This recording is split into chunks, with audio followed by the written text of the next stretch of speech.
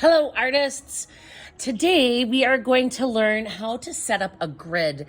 This is something that we use when we have a picture or something like that we want to copy and make it our own on another piece, whether you're going to be doing a drawing or a painting. I think painting is especially a great time to do this, but you first off need to have an original. So this is just a picture of an emu that I printed off the internet.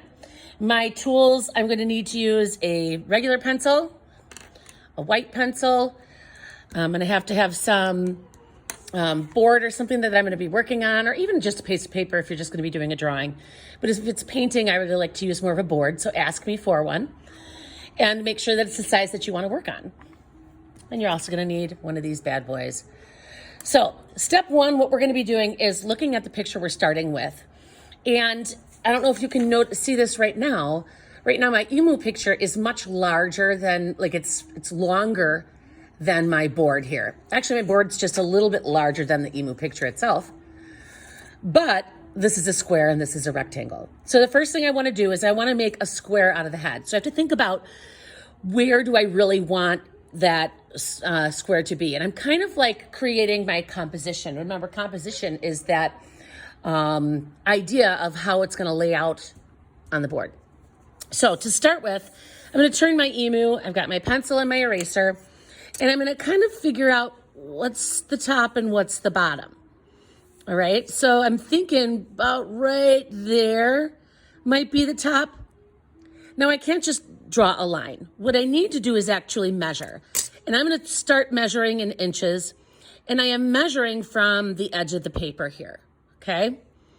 Oh, look, it's really nice and handy. It's at like the 2-inch mark.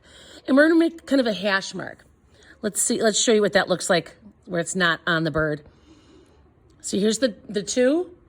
It's like an extension of that line. And I want it to be exact. I'm going to do the same thing on this side.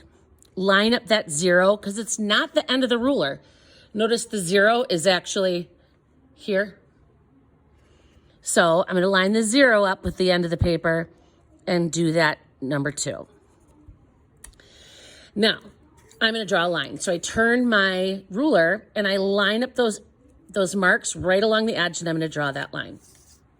This is going to be the very top of my painting. Now I need to figure out where the bottom is going to be. But if you remember, this is a square. So I want to make sure I have this image as a square. So let's measure the picture image, and then we can make some artistic decisions. Oops, it was inches again. And sometimes I go back and forth with inches and not inches. This is almost exactly 6.5. And we could make that happen. We could say 6.5, that works. If I wanted to look in the centimeters, it's like 16.5. I think it's going to be easier to work with inches. So what I'm going to do is I'm now, right at the edge of that picture, I'm going to say this is 6.5. Oh, wait a minute. I think I'm going to determine the bottom one first. Sorry. So I'm going to take that 6.5 and I'm going to measure it up here with my ruler at 6.5. I'm going to make that little hashtag down at 0. Move it up here. Make sure it's 6.5. My mother always said, measure twice, cut once. We're not cutting anything. But in this case, measure twice, draw your line once. So I line that baby up. Now, with the edges, oh, this is hilarious. With the edges of the picture frame, it's 6.5 from here to here, 6.5 from here to here. Now, what I want to try and do is actually make a grid. And a grid is something that's going to really help us lay out our imagery. So here I made kind of a grid with a different piece. To make my grid, once again, we're at 6.5. So I'm thinking I'm going to start it up here. I put the 0, there we go, right at the edge of that picture. 6.5 is here. What is half of 6.5? Well, I know that half of 6 is 3. But a half of 6.5, if you look really closely at this, okay, let's see if I can get it. All these little tiny lines here, those are lines of our measurement. Between 3 and 4 is 1 inch. The longest line is 1/2 inch. The second longest line is 1/4 of an inch, okay? We have that same over here. This would be 3/4 of an inch. All these little lines in between, you can count them and have those help you make something in half. You know how to half something, right? So if I'm gonna do 6 1/2, I'm gonna say 3 is definitely half, but what's half of half? That's 1/4. So at 1/4, I'm gonna make my line, my hash line. So here's a question. What's half of 1/4? Half of 1/4, remember, oh yeah, this was my half mark. Here's my 1/4 mark. Oh, half of my 1/4 mark is that little mark right there. So it's that first, there's 1, 2 after the 3. Okay, so so it's 2 of those little tiny lines. So I'm gonna go half of 3 is 1 1/2 plus 1 of those lines, and I make my hash mark. I'm gonna do the same thing over here because it's just a little easier. I said 1 1/2 plus 1 of those lines. Now I'm gonna do the same thing towards the bottom. What's half of 6 1/2? 3 1/4. Now this is a little harder to see, isn't it? So if my white colored pencil can help, it just kind of highlights it, right? Doesn't really help a ton. And then I said half of 3 1/4 is 1 1/2 plus 1 little line. And I'm gonna move that up to my center line. 1 1/2 plus 1 little line. I'm gonna do the same thing this way because remember it's a square. So this might illustrate it easier for you by chance. Half of 6 1/2 is 3 1/4.